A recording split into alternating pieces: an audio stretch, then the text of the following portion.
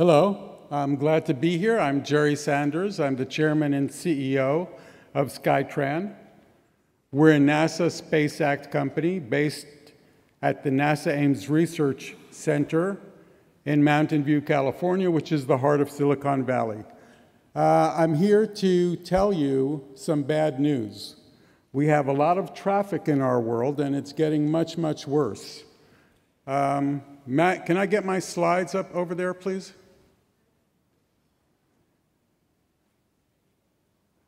Oh, there we go. Okay. This is our world. And this could be whether we're in California, which is where this picture is taken, or it could be in Europe, or it could be in Asia. But traffic is clogging and choking our world. I'm sure you all know and remember the 10-day traffic jam in Beijing. It's getting worse. Beijing will start seeing 20-day traffic jams, and India is seeing 5 and 4 and 3 and 6-day traffic jams. And the more cars we put on the road, the more traffic we're going to get. And there seems to be an illusion going on that with some of these new technologies and new ideas like shared cars or computerized cars or electric cars, traffic in our life is going to get better. But consider this. Shared cars are on the road more time, more hours per day than private cars. Because with your own car, you drive to work, leave it at work, and then you drive home. With a shared car, that car is being used all day long, so that car is on the road all day long. Computerized cars are a wonderful idea, and it may give you free time in your car, but you want free time with your family. You don't want free time in your car. And computerized cars are going to have to talk not only to the person in the car, they're going to have to talk with all the other computerized cars and with the surrounding and the environment. Now, if any of you have a Mac computer and have tried to transfer a file to a PC, you know that computers don't always talk to one another smoothly. And we already know that there's not going to be one operating system. There are already numerous operating systems out there in the world. Buses, supposedly, bus rapid transit, will go faster for the passenger in the bus, but of course it takes up more lanes on this road. Self-driving cars, carpools, all of those are going to add to traffic. And traffic grows, more cars get on the road at a rate of about 30% a year because the first purchase that a new middle-class family does in Southeast Asia is a car. They're having less babies and more cars. So this is not getting better anytime soon. And of course, that leads to pollution. Over a third of our greenhouse gases are generated by traffic. And so the question is, what do we do? Do we build more roads? Some people would say that, but actually every academic institution in the world, including academic institutions in France, which is unusual because you know that Frenchmen and French women like to be extraordinary. But even the French academic institutions have concluded the more roads you build, the more traffic you get. And it's expressed in this formula of vehicle kilometers traveled rises in direct proportion to available lanes of kilometer roadway. And you've all seen this. This is what it looks like. You build more roads, you get more traffic. There's no surprise to that. This is SkyTran. This is how SkyTran implements within the environment.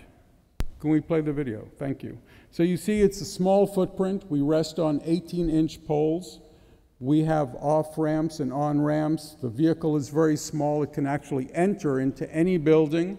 It can go on top of buildings, within buildings, and requires virtually no space on the surface. So instead of taking over lanes for light rail or buses and so forth, we actually open up lanes on the surface by going above the surface. This is an enumeration of some of our features, but the important thing to remember, and I'll speak about this more and show you how it works, there are 3 key elements to SkyTran. One is magnetic propulsion. We have to know how to move the vehicle with very little friction and very low energy. We have to fly the vehicle because this is a maglev system. The vehicle actually flies. It doesn't move on a mechanical system. Why is that important? Because of low energy use. When you lift up a vehicle and it flies, you're using less energy when it's on the surface. There's no friction. And it's also important in order to attain the high speeds that we want to attain. For example, if one wants to go from Orly to Charles de Gaulle, today it can be 1 hour, 2 hours, 3 hours. It's hard to predict. But with SkyTran, you will know every time it's going to be 8 minutes, not a moment longer. And that's because we generate our system using this maglev technology. And of course, switching. Switching is important because that means you never have to get off the vehicle. It will take you from where you get on to your destination. You don't have to change trains, buses, taxis, and so forth. If we look at the various costs of systems, and again, this is an important consideration for city planners, $2 billion recently bought the last mile of subway. That's about 1.6 kilometers in New York City. That was $2 billion and over a decade of construction. $2 billion will also buy 20 miles of light rail. For example, we recently built a light rail in San Jose, California. It was $100 million a mile. But $2 billion will get you 200 miles of SkyTran.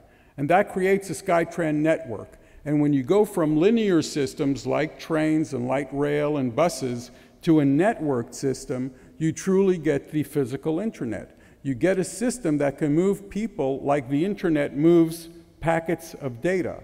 And when the internet moves packets of data, it's moving them along the network that is open. It doesn't care what the distance is. And that's what SkyTran can do along its network, because it can go so fast that the distance becomes meaningless. So long as we have an open route, we can move your vehicle quickly, efficiently, and directly to your destination. These cost differences also mean that SkyTran is the first system that will be profitable, public transportation that's profitable, which means that it can be financed through private bonds, debt, equity, and the like. And so we don't have to go to the municipalities and the governments and ask them to spend billions of dollars in taxpayer money in order to build the system, maintain it, and operate it. The system works on a neural network, meaning that as the system's working, the system is learning where its vehicles are needed, at what time of day, where those vehicles are going, how long it's taking them to get there, and where they go after they get to that destination.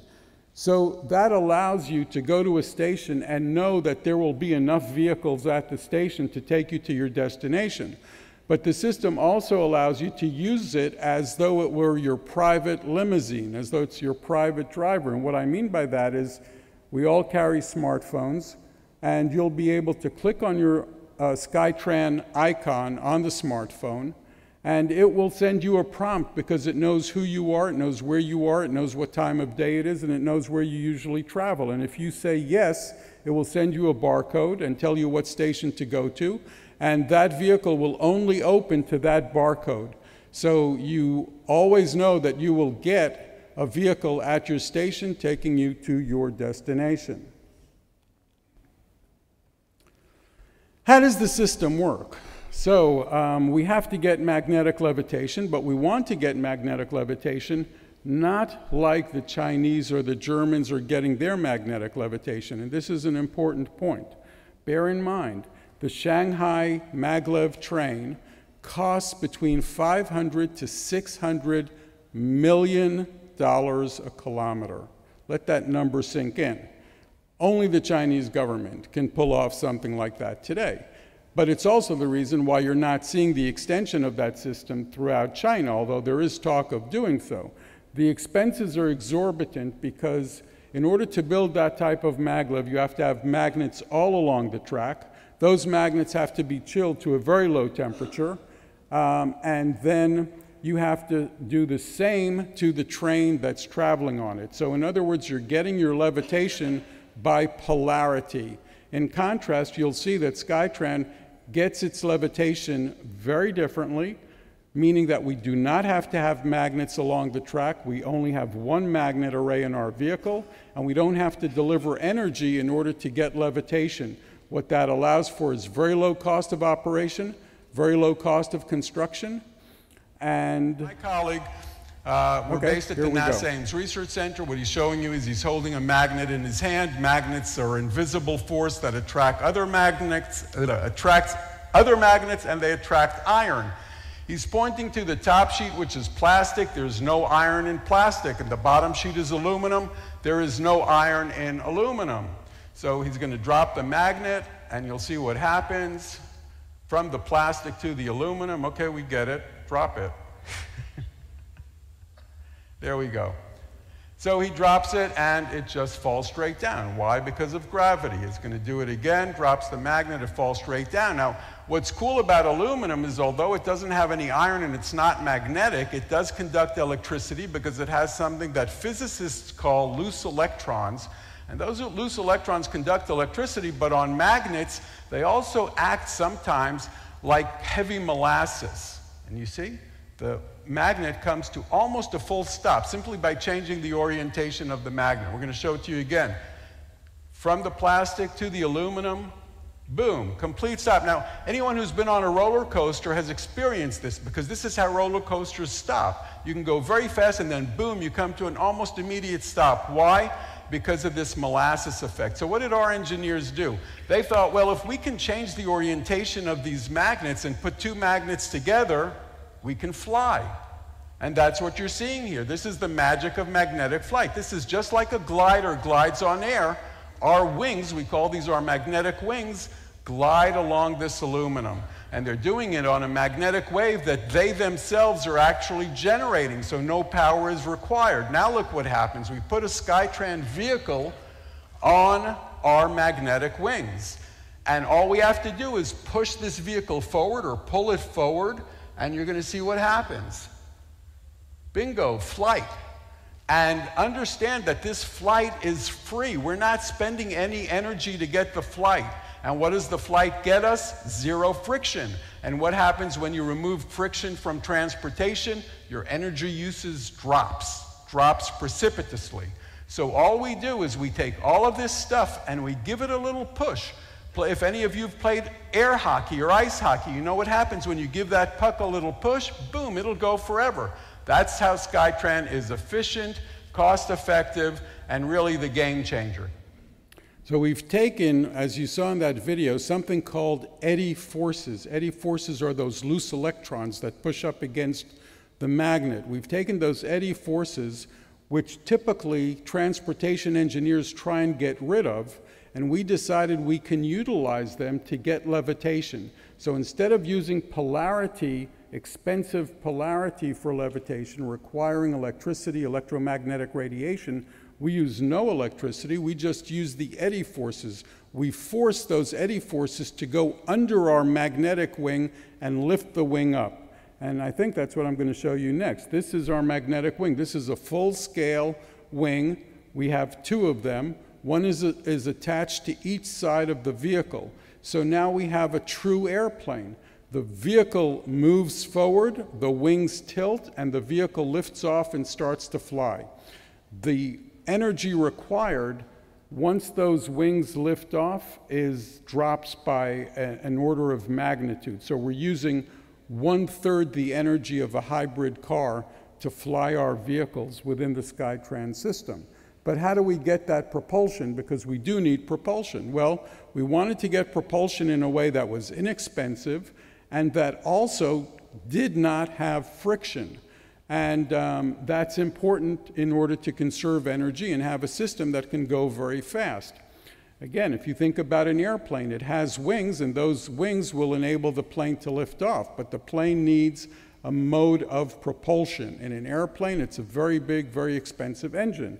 In SkyTran, it's actually the least expensive motor you can buy. It's the kind of motor you see on a fan, an electric fan. We take that motor and we wrap a magnet around that motor.